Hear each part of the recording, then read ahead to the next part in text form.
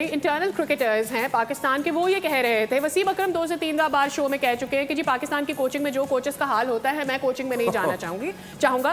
International fraternity के लोग अगर ये बोल रहे हैं कि हम पाकिस्तान की कोचिंग नहीं करना चाहेंगे, आप क्या मैसेज सेंड कर रहे हैं?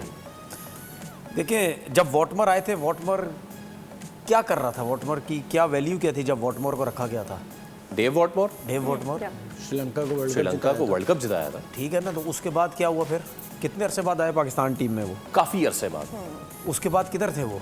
फिर वो चले गए, यूएई वगैरह गए। ठीक है, लेकिन जब डेव वॉटमर आए उस टाइम भी सबने ये बोला कि यार क्यों उसको लेके आ गए।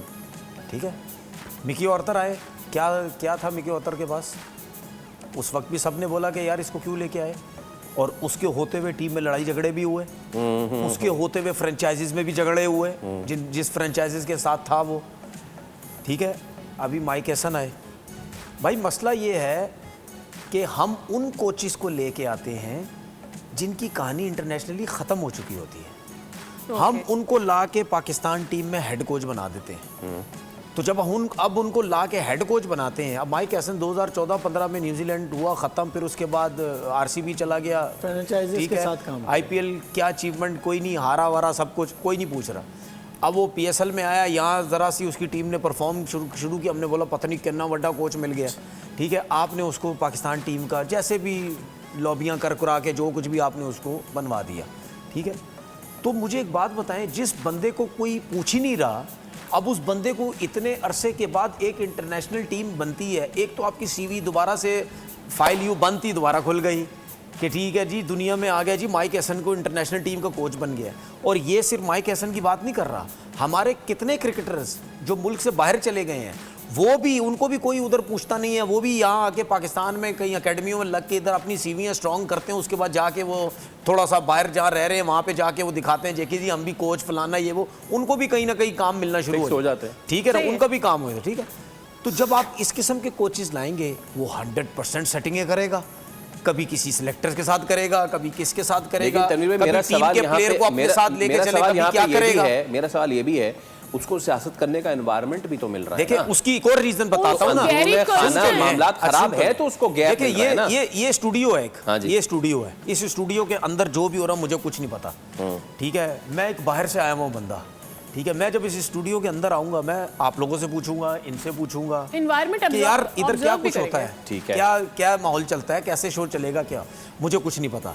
आप मुझे बताएंगे तनवीर भाई यूं करना है, यूं करना, मैं बोलूँगा यार लगता सही बोल रहा है तनवीर भाई, ये वो सब कुछ ठीक।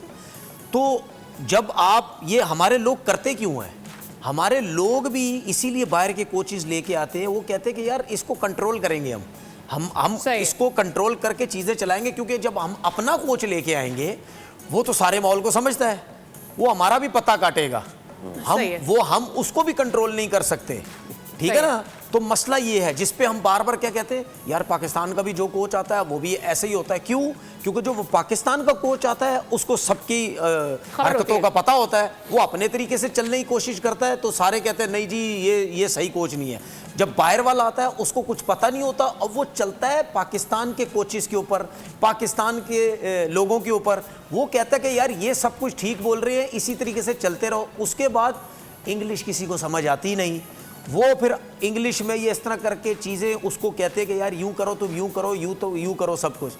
ठीक है ना, तो वो फिर वो भी कहता है यार लगता है ये सारे कह रहे हैं ठीक है। फवाद भाई, what is your comment on मतलब इस तरीके से आप देखिए, बात सारी ये है कि आपका जो क्राइटेरिया है कोचेस की सिलेक्शन का वही ठीक नहीं है। और आप अब जैसे ये साहब आए थे, इस्लामाबाद यूनाइटेड अच्छा कर रही थी, आपने कहा पाकिस्तान की कोचिंग ले लें।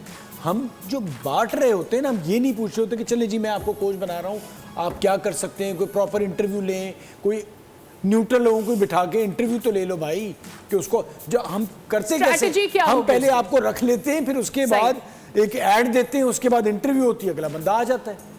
अभी कुछ टाइम के बाद ये माइकल वोन पता क्या बोलेगा, मुझे गैरी क्रिस्टियन ने भी कुछ बताया था, बताया होगा। ठीक है, जैसन गिलेस्पी को उसने नाम लिया ना, क्योंकि आपने जाहिर सी बात है उसको बेइज्जत करके निकाला ना यार।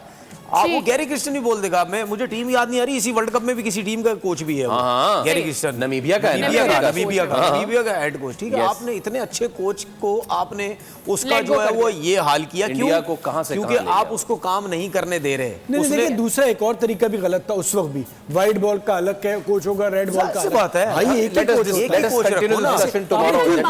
आपने ये तरीका क्यों? अच्छा, ये जो पाकिस्तान टीम के कोचिंग का सिस्टम की बात कर रहे हैं, ये नीचे भी ऐसे यही हाल है। ठीक है, नीचे भी सब कुछ यही है।